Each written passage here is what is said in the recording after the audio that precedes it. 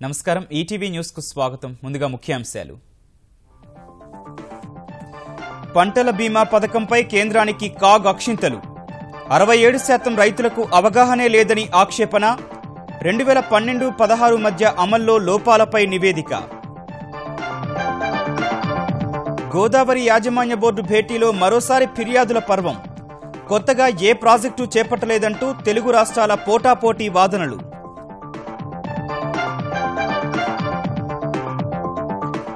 సిట్కు సినీ పరిశ్రమ మత్తు సంగతులు చెప్పిన సుబ్బరాజు. నేడు తరుణ్ విచారణ. పబ్ నిర్వాహకులతో భేటీ కానున్న ఆబ్కారీ అధికారులు.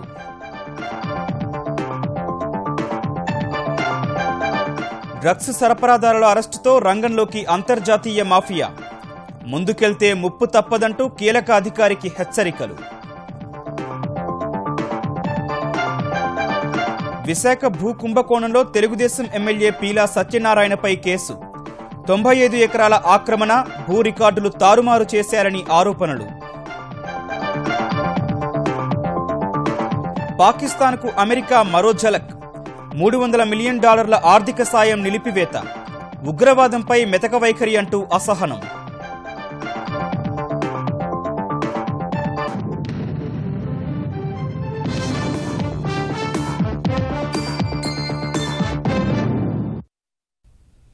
రైతులకు అండగా నిలవాల్సిన పంట బీమా పక్కదారి పట్టిందని comptroller and auditor general CAG ఆక్షేపించింది. 2012-16 మధ్య కాలంలో 3,600 కోట్ల రూపాయల మేర నిధులు ఎలాంటి ధృవీకరణ లేకుండా ప్రైవేటు బీమా సంస్థలకు ఇచ్చినట్టు నివేదించింది. అప్పటి కేంద్రం తీరును తప్పుబట్టింది. ప్రకృతి వైపరీత్యాల కారణంగా పంట నష్టపోయిన రైతులను ఆదుకునేందుకు కేంద్రం తీసుకొచ్చిన బీమా పథకాల్లో అవకతవకల్ని comptroller and auditor general CAG ఎండగట్టింది. 2011-2012 ఆర్థిక సంవత్సరం నుంచి 2016లో మోదీ సర్కార్ ప్రధానమంత్రి ఫసల్ బీమా పథకం తీసుకొచ్చే వరకు వివిధ పంట బీమా పథకాల్లో లోపాలను విశ్లేషించిన కాగ్ కేంద్రం నిర్లక్ష్యాన్ని తూర్పారబట్టింది. 67% మంది రైతులకు అసలు పంట బీమా గురించి అవగాహనే లేదన్న కాగ్ 2011-2016 మధ్య కాలంలో అమలు చేసిన పథకాలన్నీ పంటలకు బీమాలా కాకుండా బ్యాంకుల్లో తీసుకున్న పంటల రుణాలకు బీమాలా ఉన్నాయని కాగ్ ఆక్షేపించింది. బీమా అమలుతో సంబంధం ఉన్న సంస్థలు సరైన సమాచారం నిర్వహించకపోవడం వల్ల రైతులకు పరిహారం చెల్లింపులో జాప్యం జరిగిందని, కొందరికి పూర్తిగా ఎగ్గొట్టారని తెలిపింది. ఆంధ్రప్రదేశ్లోని కడప, అనంతపురం, తెలంగాణలోని మహబూబ్ నగర్, నిజామాబాద్ సహా వివిధ రాష్ట్రాల్లో సర్వే చేసిన కాగ్ పంటల బీమా సంస్థకు 15 రోజుల్లో వినియోగ ధృవపత్రాలు సమర్పించడంలో చాలా బ్యాంకులు, ఆర్థిక సంస్థలు విఫలమయ్యాయని పేర్కొంది. ఏపీలో 3,017.52 కోట్ల రూపాయలు పరిహారం చెల్లించినప్పటికీ కేవలం 805.38 కోట్ల రూపాయలకు మాత్రమే వినియోగ ధృవపత్రం వచ్చినట్లు తెలిపింది. ఇక తెలంగాణలో 523.14 కోట్ల రూపాయలు చెల్లింపులకు గాను 197.54 కోట్లకు మాత్రమే వినియోగ ధృవపత్రం అందాయి. బీమా పథకం అమల్లో రైతు ఫిర్యాదుల పరిష్కారానికి తెలుగు రాష్ట్రాలతో పాటు అనేక చోట్ల యంత్రాంగమే లేదని కాగ్ అక్షింతలు వేసింది. రైతుల వినతి మేరకు 2011-2012లో తెలంగాణలోని లింగాల మండలంలో ప్రత్యేక పంట కోతల ప్రయోగాలు చేయగా ఆ ఫలితాలను బీమా సంస్థలు ఆమోదించకపోవడంతో రైతులకు పరిహారం దక్కలేదని, తద్వారా పంటల కోతల ప్రయోగం నిబంధనలు గాలికొదిలేశారని తెలిపింది. పంటల బీమా పథకాల పరిధిలోకి వచ్చిన రైతుల సంఖ్య చాలా తక్కువ ఉందన్న కాగ్ చిన్న, సన్నకారు రైతుల సంఖ్య మరీ దారుణంగా ఉందని, కౌలు రైతుల సమాచారం అసలే లేదని వెల్లడించింది. తెలంగాణలో 1,027 మందిని సర్వే చేస్తే 835 మంది పంటల బీమా గురించి తెలియదని వెల్లడించగా ఏపీలో 1,286 మందిలో 748 మంది అలాగే బదులిచ్చారు. మరోవైపు ఇతర అంశాలపైన కేంద్రానికి కాగ్ అక్షింతలు వేసింది. 2012-16 మధ్య కాలంలో కేంద్రం విడుదల చేస్తున్న సర్వశిక్ష అభియాన్ నిధులను రాష్ట్రాలు సరిగ్గా ఖర్చు చేయడం లేదని ఆక్షేపించింది. 14 ఏళ్లలోపు వయసున్న పిల్లల వివరాలను ఎప్పటికప్పుడు అప్డేట్ చేయడంలో స్థానిక సంస్థలు విఫలమవుతున్నాయని విమర్శించింది. తెలంగాణలో డొనేషన్లు వసూలు చేస్తున్న 9 పాఠశాలపై విధించిన 15.29 కోట్ల జరిమానాను వసూలు చేయలేదని ఆక్షేపించింది. దేశంలోని 24 రాష్ట్రాల్లో రోగులకు అందించే అత్యవసర ఔషధాలు అందుబాటులో లేవన్న కాగ్ కాలం చెల్లిన మందులను రోగులకిచ్చి ప్రాణాలతో చెలగాటమాడుతున్నారని ఆందోళన వ్యక్తం చేసింది.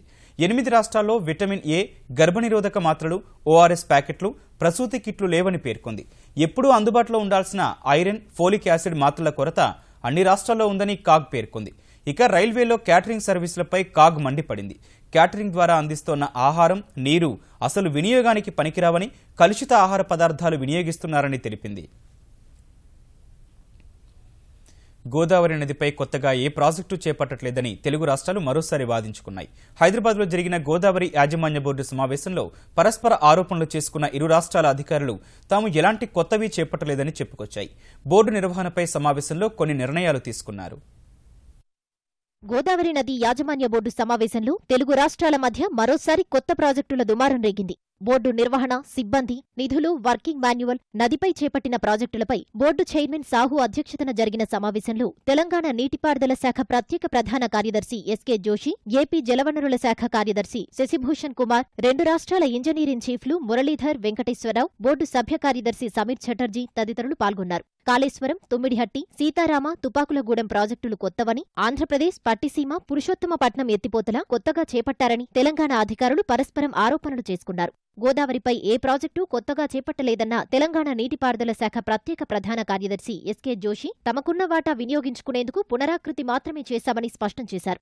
ఆంధ్రప్రదేశ్ అధికారులు విభేదించగా బోర్డు వివరణ కోరితే తమ అభిప్రాయం చెప్తామని జోషి స్పష్టం చేసినట్లు సంబంధిత వర్గాలు తెలిపాయి. అటు పట్టిసీమ, పురుషోత్తమపట్నం ఎత్తిపోతల పథకాలు పోలవరంలో భాగమేనని ఏపీ జలవనరుల శాఖ కార్యదర్శి శశిభూషణ్ స్పష్టం చేశారు. చింతలపూడి ఎత్తిపోతల మాత్రం 2009లో చేపట్టిందేనని ఇరు రాష్ట్ర అధికారులు బోర్డుకు స్పష్టం చేసినట్లు సమాచారం. ప్రస్తుతం నిర్మాణంలో ఉన్న, పూర్తయిన, కొత్తగా చేపట్టిన ప్రాజెక్టుల వివరాలను బోర్డు వెబ్సైట్లో అప్లోడ్ చేసేందుకు ఇద్దరు అధికారులు అంగీకరించారు. ఇదే సమయంలో గోదావరి నది యాజమాన్య బోర్డు కార్యకలాపాలకు 55 మంది సిబ్బంది అవసరమని బోర్డు అధికారులు ప్రతిపాదించగా కేవలం పర్యవేక్షణే కాబట్టి 25 మంది సరిపోతారని ఇరు రాష్ట్రాలు సరిపెట్టాయి. ఇప్పటివరకు కృష్ణా బోర్డుకు ఆంధ్రప్రదేశ్, గోదావరి బోర్డుకు తెలంగాణ నిధులు ఇస్తుండగా ఇకపై గోదావరి బోర్డుకు ఏటా 2 రాష్ట్రాలు చెరిసగం ఇచ్చేలా బోర్డు నిర్ణయం తీసుకుంది.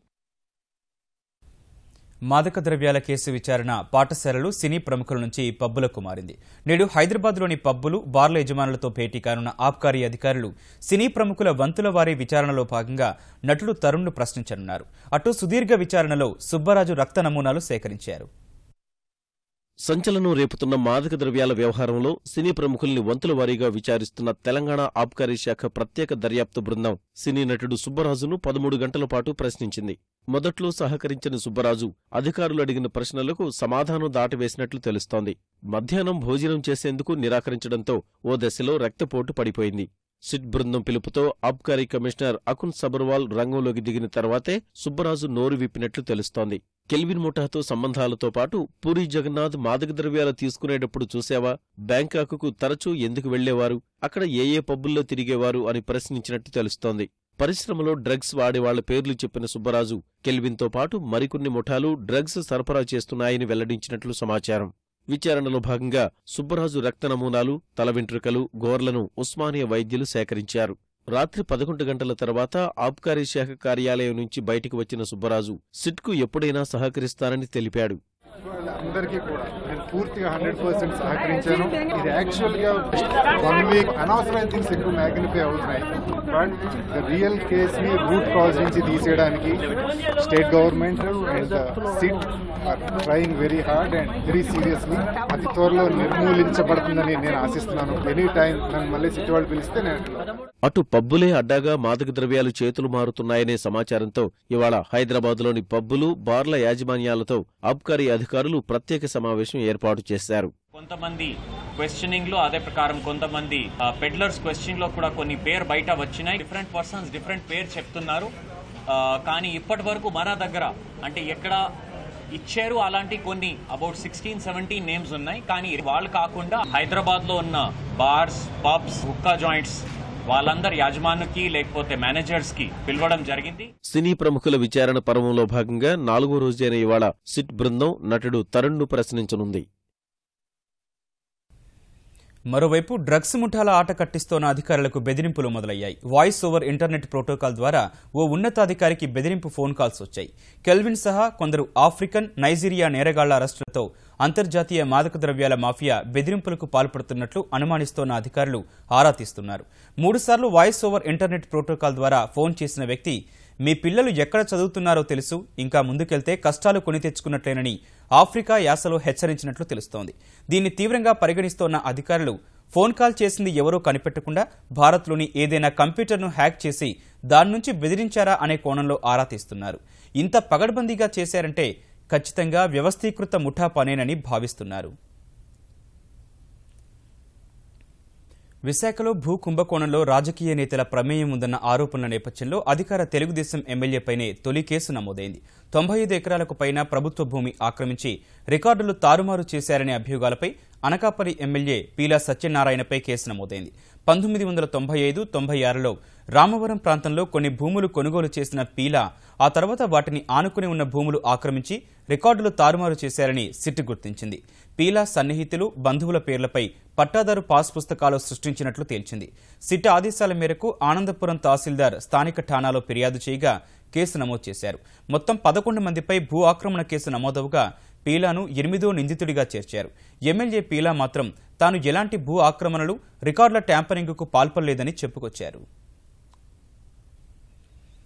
పరిశ్రమలు, ఖనిజాభివృద్ధి రంగాల్లో మరింత అభివృద్ధి నమోదు కావాల్సి ఉందని ఆంధ్రప్రదేశ్ ఆర్థిక మంత్రి యనమల రామకృష్ణుడు అభిప్రాయపడ్డారు. వెలగపూడి సచివాలయంలో రాష్ట్ర స్థూల ఉత్పత్తిపై అధికారులతో సమీక్షించిన ఆయన సూక్ష్మ మధ్యతరహా పరిశ్రమలపై అధ్యయనం చేయాలని అధికారులను ఆదేశించారు. ప్రాథమిక రంగంలోని వ్యవసాయం వాటా 30% ఉంటే ద్వితీయ రంగంలోని పరిశ్రమల అభివృద్ధి కేవలం 23%కే పరిమితమైందని మంత్రి చెప్పారు. సేవల రంగంలో ఏపీ దూసుకుపోతోందని వివరించారు. జీఎస్టీ అమలు తర్వాత ద్వితీయ రంగం వృద్ధిపై ప్రభావం పడే అవకాశం ఉన్నప్పటికీ స్థిరమైన వృద్ధి సాధించేందుకు అవసరమైన చర్యలు చేపట్టాలని మంత్రి సూచించారు.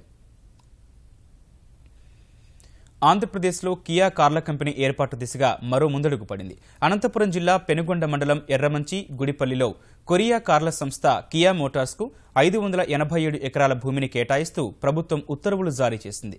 కియాకు 812 ఎకరాల భూమి కేటాయించాలని ఇటీవల మంత్రివర్గ సమావేశంలో నిర్ణయించగా చదును చేసిన 587.84 ఎకరాల భూమిని అప్పగిస్తూ తొలి దఫా ఉత్తర్వులిచ్చింది. మిగతా 225 ఎకరాలను మలిదశలో అప్పగించనుంది. ఆంధ్రప్రదేశ్ పారిశ్రామిక మౌలిక సదుపాయాల కల్పనా సంస్థ ఏపీఐఏసీ ద్వారా ఈ భూమిని కియాకు అప్పగిస్తున్నట్లు ఉత్తర్వుల్లో పేర్కొన్నారు. ఏటా 3 లక్షల యూనిట్ల ఉత్పత్తి సామర్థ్యంతో ఏర్పాటు చేసే కియా కార్ల పరిశ్రమ ద్వారా తొలిదశలో 7,000 మందికి ప్రత్యక్షంగా ఉపాధి కలగనుంది. దేశంలోనే సంపూర్ణ నగదురహిత లావాదేవీలు నిర్వహించే తొలి నగరంగా విశాఖను తీర్చిదిద్దాలని ఆంధ్రప్రదేశ్ ఐటీ మంత్రి నారా లోకేష్ అధికారులకు దిశానిర్దేశం చేశారు. ఇదే సమయంలో ప్రజలపై బలవంతంగా డిజిటల్ లావాదేవీలు రుద్దరాదని సూచించిన లోకేష్ పెద్ద ఎత్తున అవగాహన కల్పించాలని చెప్పారు. ప్రత్యేకించి విశాఖలో విద్యుత్ బిల్లులు, పెట్రోల్ బంకులు, గ్యాస్ కేంద్రాలు, పర్యాటకం సహా ఇతర ప్రదేశాల్లోనూ నగదురహిత లావాదేవీలు జరిగేందుకు వీలుగా చర్యలు చేపట్టాలని లోకేష్ అధికారులను ఆదేశించారు. ప్రత్యేకించి ఆర్టీసీ బస్సులో ప్రయాణించేవారు కూడా సులభంగా నగదురహిత టికెట్ తీసుకునేలా ప్రోత్సహించాలని సచివాలయంలో జరిగిన సమీక్షలో చెప్పారు. విశాఖలో పర్యాటకానికి సంబంధించి నగదురహిత లావాదేవీల నిర్వహణకు ప్రత్యేక యాప్ కూడా సిద్ధం చేస్తున్నట్లు వీసా అనే సంస్థ ప్రతినిధులు మంత్రి దృష్టికి తెచ్చారు. తెరాస ప్రభుత్వ చొరవతో సాంఘిక సంక్షేమ ఆశ్రమ పాఠశాలలో సీట్లకు డిమాండ్ పెరిగిందని తెలంగాణ సాంఘిక సంక్షేమ శాఖ మంత్రి జగదీష్ రెడ్డి తెలిపారు. సీట్ల సంఖ్యకు అదనంగా 7 రెట్ల దరఖాస్తులు వచ్చాయని ఆయన హైదరాబాద్లో చెప్పారు.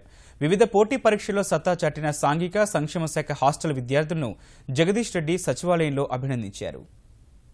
మధ్యకాలంలో ఎమ్మెల్యేలు, మంత్రుల దగ్గరికి కొంతమంది తల్లిదండ్రులు అప్రోచ్ అవుతూ ఉన్నారు.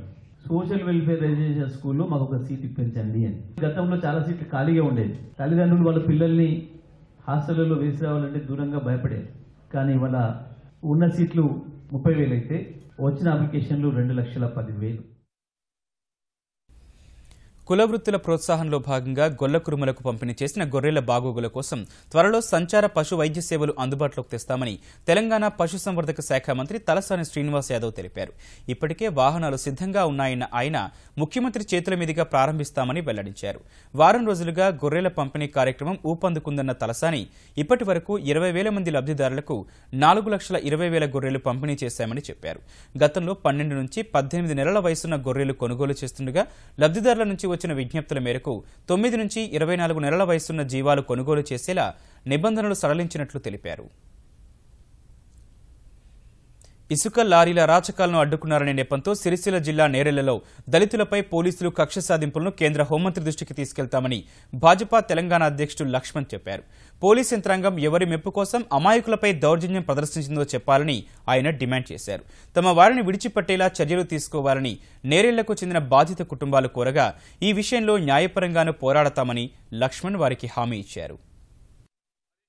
కార్యకర్త ఎన్నికల సమయంలో ఏజెంట్ గా ఉన్నప్పుడు అనేక మంది దొంగ వేయకుండా నిరోధించినందుకు, కొన్ని సందర్భాల్లో ప్రభుత్వాన్ని, యంత్రాంగాన్ని, మంత్రులను ప్రశ్నించే దాంట్లో ముందు వరుసలో ఉండడము, ఇవన్నీ పోలీసులు అక్రమ కేసులు పెట్టి రాజకీయపరమైనటువంటి కక్ష సాధింపు చర్యలకు పాల్పడుతున్నారా?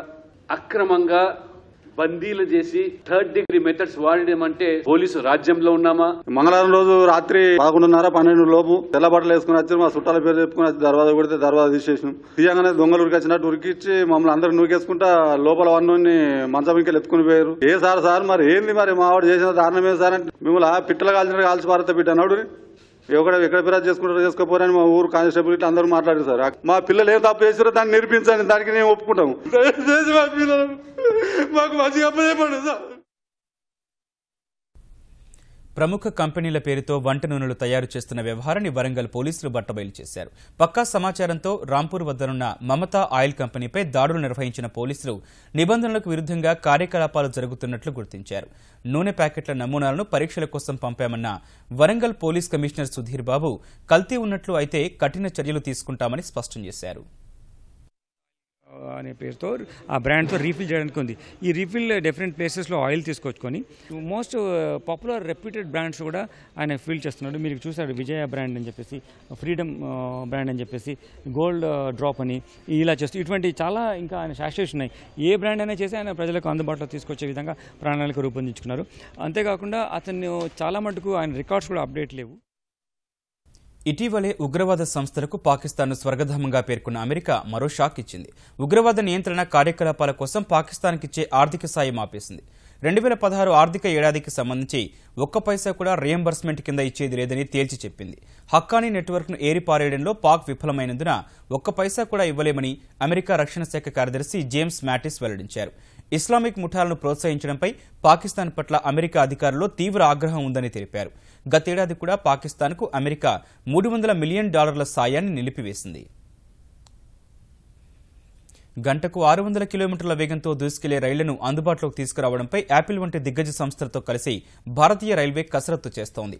పారిశ్రామిక సమైక్య అసోచాం ఆధ్వర్యంలో ఢిల్లీలో జరిగిన ఓ కార్యక్రమంలో పాల్గొన్న రైల్వే మంత్రి సురేష్ ప్రభు ఈ మేరకు వెల్లడించారు.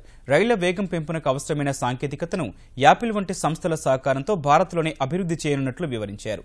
రద్దీగా ఉండే ఢిల్లీ, ముంబై, ఢిల్లీ, కోల్కతా మార్గాల్లో గతిమాన్ ఎక్స్ప్రెస్ రైళ్ల వేగాన్ని గంటకు 200 కిలోమీటర్లకు పెంచడంపై 18,000 కోట్ల రూపాయల ఖర్చు అంచనాతో తమ శాఖ చేసిన ప్రతిపాదనను నీతి ఆయోగ్ ఆమోదించినట్లు రైల్వే మంత్రి తెలిపారు.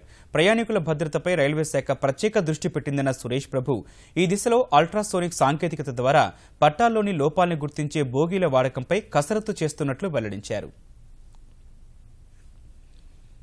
అయోధ్య కేసులో అలహాబాద్ హైకోర్టు తీర్పును సవాల్ చేస్తూ దాఖలైన వేర్వేరు వ్యాజ్యాలను సత్వరమే విచారించడంపై నిర్ణయం తీసుకుంటామని సుప్రీంకోర్టు తెలిపింది. రామమందిరం, బాబ్రీ మసీదుకు సంబంధించిన వివాదాస్పద భూ వ్యవహారంలో తాను వేసిన వ్యాజ్యాలు 7 ఏళ్లుగా పెండింగ్లో ఉన్నాయని, వాటిపై సత్వర విచారణ జరపాల్సిన అవసరం ఉందంటూ భారతీయ జనతా పార్టీ నేత సుబ్రహ్మణ్య స్వామి చేసిన అభ్యర్థనపై కోర్టు ఈ మేరకు స్పందించింది. అయోధ్యలోని 2.77 ఎకరాల వివాదాస్పద భూమిని సున్నీ వక్ఫ్ బోర్డ్, నిర్మోహి అఖాడా, రామ్లల్లాకు పంచాలని 2010లో అలహాబాద్ హైకోర్టు తీర్పునిచ్చింది. ఈ తీర్పును సుబ్రహ్మణ్య స్వామి సుప్రీంకోర్టులో సవాల్ చేశారు.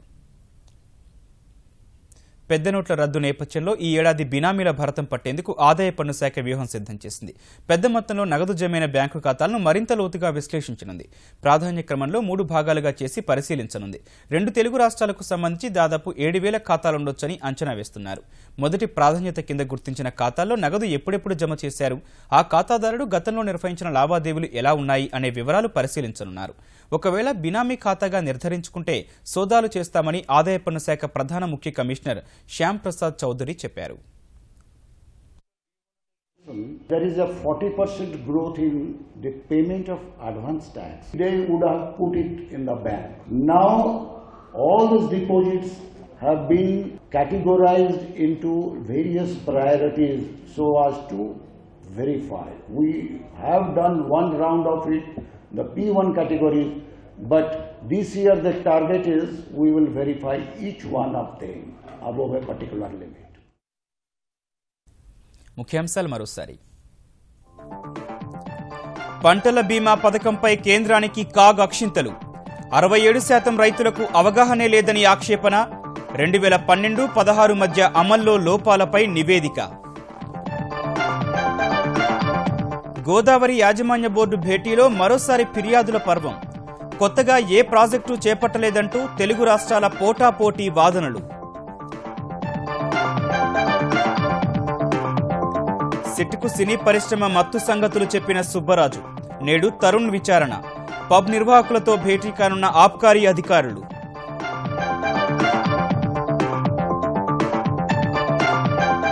డ్రగ్స్ సరఫరాదారుల అరెస్టుతో రంగంలోకి అంతర్జాతీయ మాఫియా. ముందుకెళ్తే ముప్పు తప్పదంటూ కీలక అధికారికి హెచ్చరికలు. విశాఖ భూ కుంభకోణంలో తెలుగుదేశం ఎమ్మెల్యే పీలా సత్యనారాయణపై కేసు. 95 ఎకరాల ఆక్రమణ, భూ రికార్డులు తారుమారు చేశారని ఆరోపణలు. పాకిస్తాన్కు అమెరికా మరో ఝలక్. $300 మిలియన్ ఆర్థిక సాయం నిలిపివేత. ఉగ్రవాదంపై మెతక వైఖరి అంటూ అసహనం.